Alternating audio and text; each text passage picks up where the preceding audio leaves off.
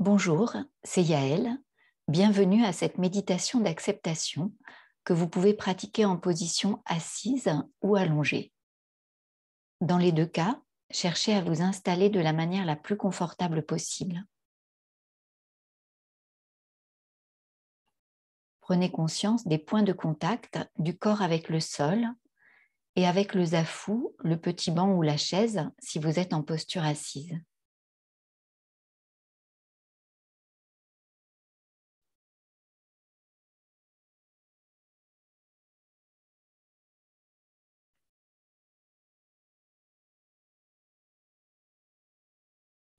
Accueillez-vous dans cette posture, comme si vous invitiez votre meilleur ami à cette méditation et que vous l'installiez le plus confortablement possible.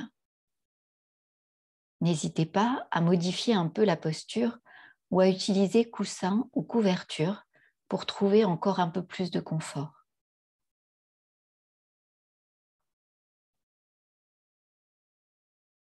Prenez le temps de trouver la bonne position du bassin. Si vous êtes en assise, il est en légère antéversion pour permettre au buste de s'ériger avec le moins d'effort possible.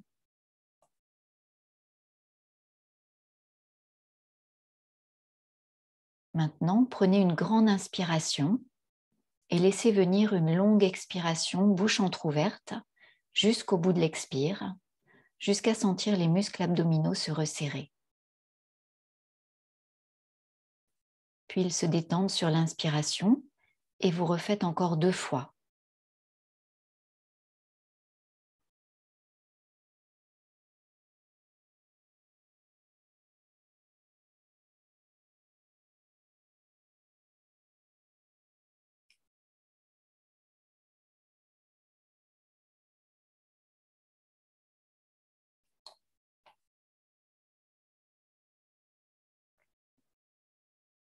Nous allons maintenant amener de la détente dans tout le corps. Détendez les pieds, les jambes, détendez le bassin, le ventre, la poitrine. Détendez les fessiers. Détendez tout le dos, du bas vers le haut.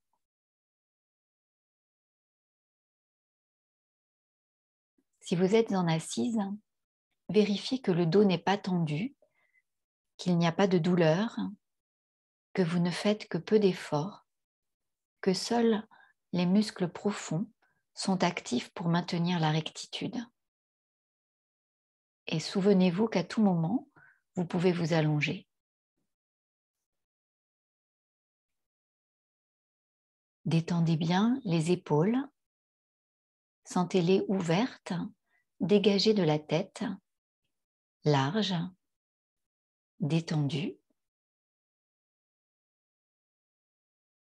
Détendez les bras, les mains, jusqu'au bout des doigts.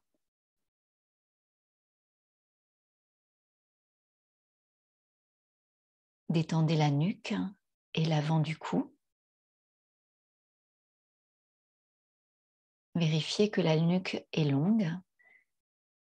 Et en assise, vérifiez l'alignement du buste, du cou et de la tête.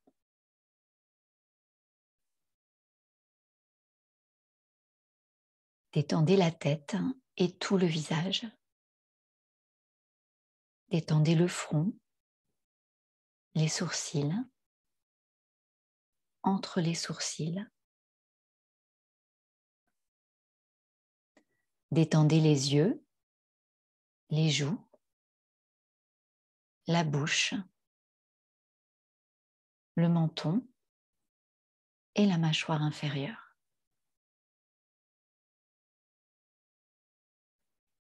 Les lèvres sont accolées dans un léger contact et les dents desserrées. Et vous vérifiez que la langue ne pousse nulle part dans la bouche, qu'elle aussi est détendue.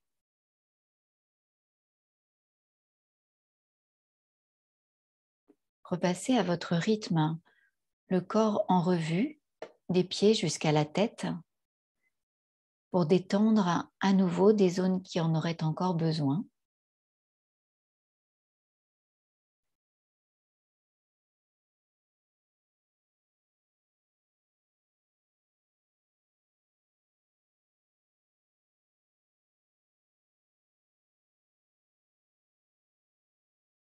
Observez quelques instants le va-et-vient du souffle au niveau du ventre et de la poitrine. Sentez-les monter à l'inspire et redescendre à l'expire.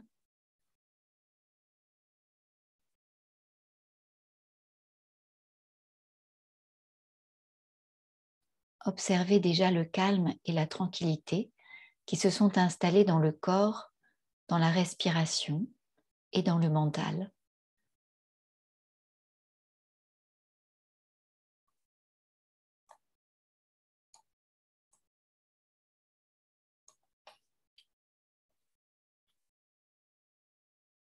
J'ai croisé, il y a longtemps, une phrase attribuée entre autres à Marc Aurèle, cet empereur romain qui était aussi un philosophe stoïcien. Cette phrase ressemble à une prière. Donne-moi le courage de changer ce que je peux changer, la sérénité d'accepter ce que je ne peux pas changer et la sagesse pour distinguer entre les deux. Ces mots m'ont guidée et accompagnée et continuent de le faire aujourd'hui.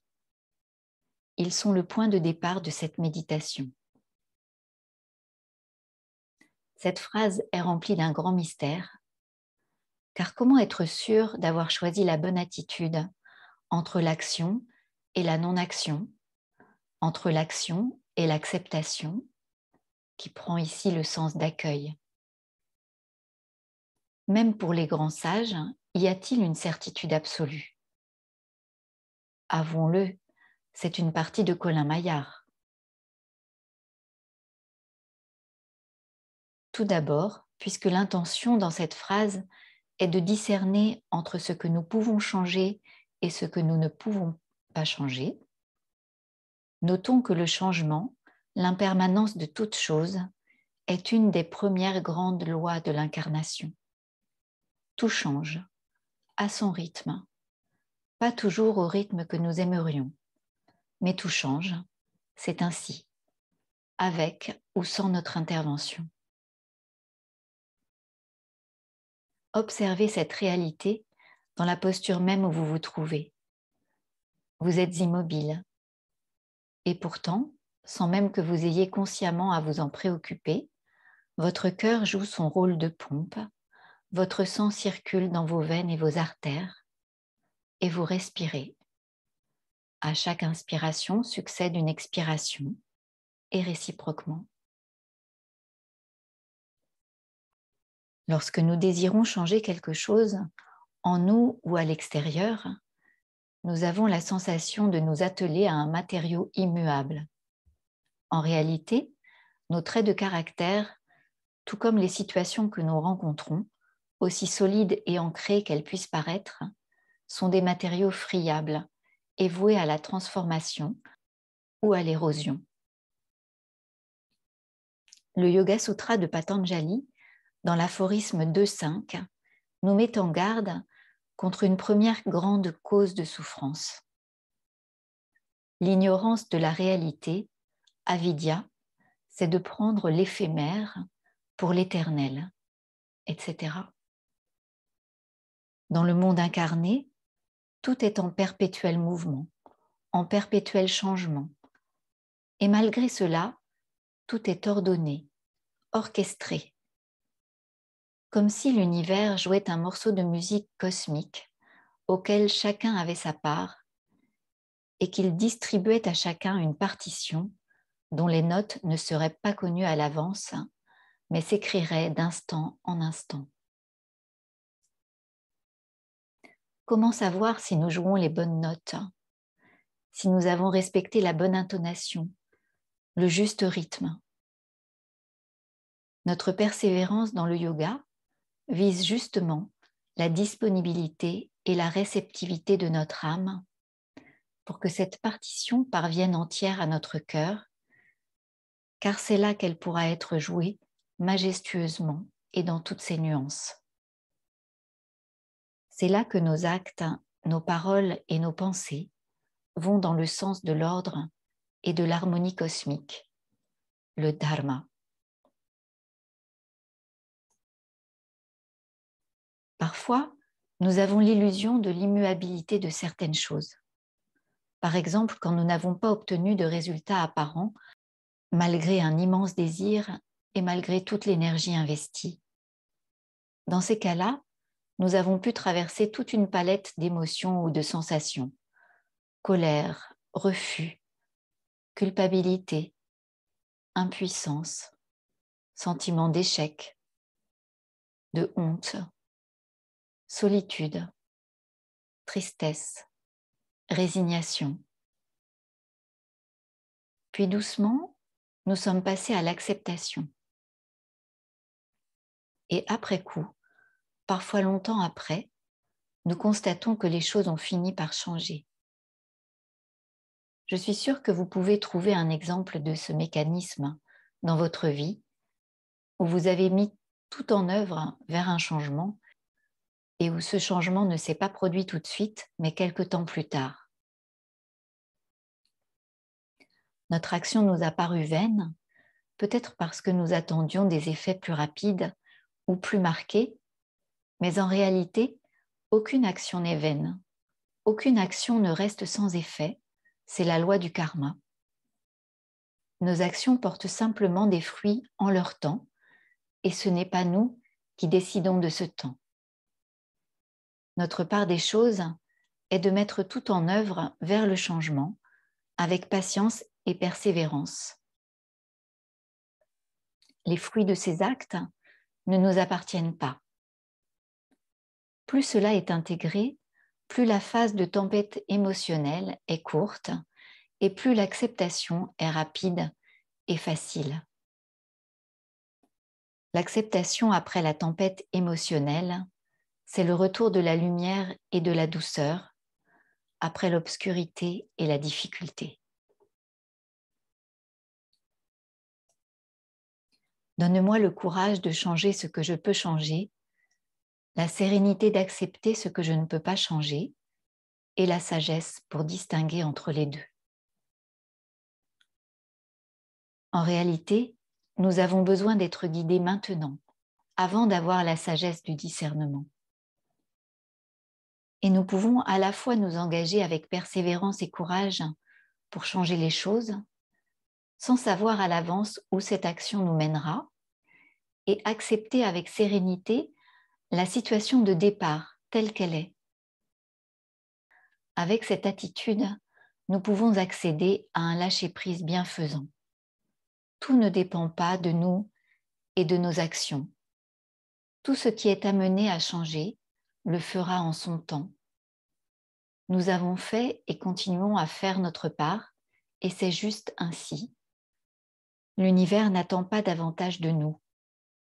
L'univers n'attend jamais de nous plus que ce que nous pouvons donner ou faire. Or, avoir conscience de la situation de départ telle qu'elle est et l'accepter n'est pas si simple. Le plus souvent, nous nous lançons dans une bataille contre, dans une réaction, plutôt que dans une action constructive pour un changement. Nous avons tendance à agir parce que nous n'acceptons pas, parce que nous refusons ce qui est. En réagissant trop vite sur un jugement, un accès de colère ou une mauvaise intention, nous risquons de prendre une mauvaise direction ou de renforcer un cercle vicieux déjà à l'œuvre. En nous détendant, en respirant tranquillement, notre mental s'apaise et nous prenons du recul. Notre vision s'éclaircit. Dans l'attention et l'humilité, nous pouvons voir la situation de départ sans jugement, qu'il s'agisse d'événements extérieurs ou de qualités ou de situations intérieures. Nous partons d'un constat neutre, objectif, bien informé. Nous pouvons nous dire, maintenant, voilà l'état des lieux. Et ensuite, pouvons-nous embrasser cet état de fait comme la réalité du moment, dans l'acceptation de ce qui est. À propos de nous-mêmes, Carl Rogers, un grand psychologue américain, a mis en évidence ce curieux paradoxe selon lequel c'est lorsque je m'accepte tel que je suis que je peux changer. L'acceptation comme point de départ pour notre attitude intérieure fait écho à la sérénité à laquelle nous invite Marc Aurèle. Cette sérénité est nécessaire dans les deux cas de l'action comme de la non-action. Cette sérénité est incompatible avec la précipitation. Elle va de pair avec une autre qualité importante à cultiver, la patience. Lorsque nous sommes prêts à agir avec sérénité et patience, nous savons, voilà ce que j'aimerais changer, ou encore mieux, voilà ce qu'il m'incombe de changer, voilà ce que j'ai à faire. Et là, en même temps que nous nous mettons en marche, avec sérénité, conviction et courage, prêts à faire les efforts nécessaires, c'est tout l'ordre cosmique qui réécrit ses partitions en y mettant des accents de plénitude, de joie et d'amour.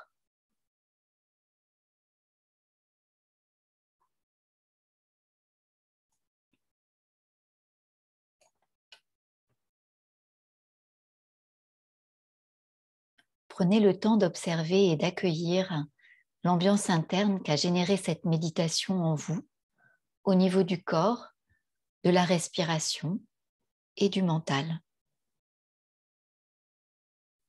Peut-être une brèche s'est-elle formée qui vous donne accès ou vous donne l'intuition de la présence en vous, de zones plus profondes de votre être, où règne l'intuition, la clarté, la joie et l'amour inconditionnel.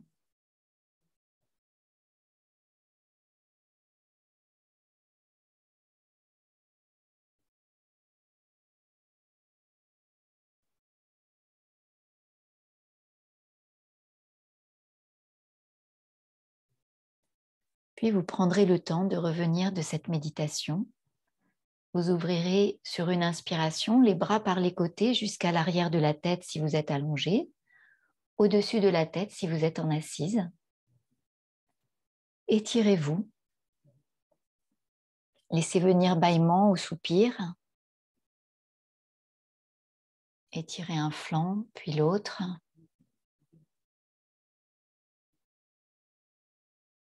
Et puis vous ramènerez les bras. Si vous êtes en position allongée, vous ramènerez un genou puis l'autre vers la poitrine. Vous vous bercerez de droite à gauche jusqu'à complètement pivoter d'un côté. Et avec l'aide du bras du dessus, vous repousserez le sol pour revenir en douceur en position assise.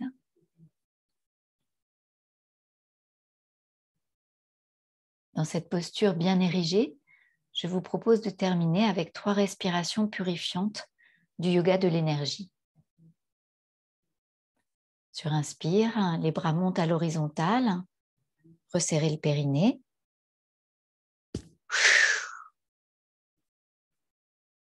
Encore une fois, inspire, les bras montent.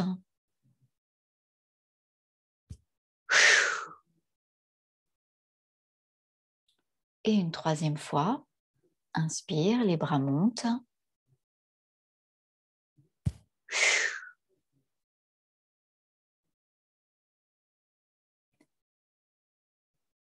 Puis vous ramènerez les mains jointes devant le cœur dans la gratitude de vous être accordé ce temps pour vous. Je vous remercie et je vous dis à bientôt.